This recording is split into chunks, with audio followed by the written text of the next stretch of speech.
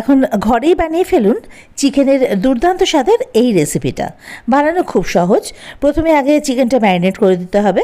ওই স্বাদমতো নুন, হলুদ, ধনে গুঁড়ো, কাশ্মীরি লঙ্কার গুঁড়ো, আদা রসুন বাটা আর টক দই, এগুলো দিয়ে খুব ভালোভাবে চিকেনটা মেখে ঘন্টাখানেকের জন্য রেখে দিতে হবে।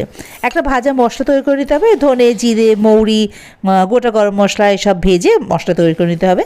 কাজু বাদাম একটু দুধ দিয়ে বেটে নিতে হবে। এবার কড়াইতে তেল দিয়ে বেশ খানিকটা পেঁয়াজ কুচি বেশ লাল লাল করে ভেজে টমেটো কুচি দিয়ে দিতে হবে।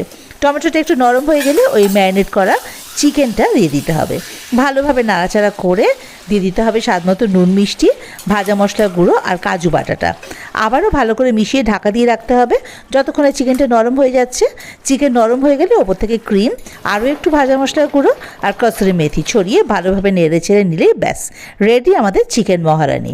ডিটেলসে পেয়ে যাবেন লং ভিডিওতে।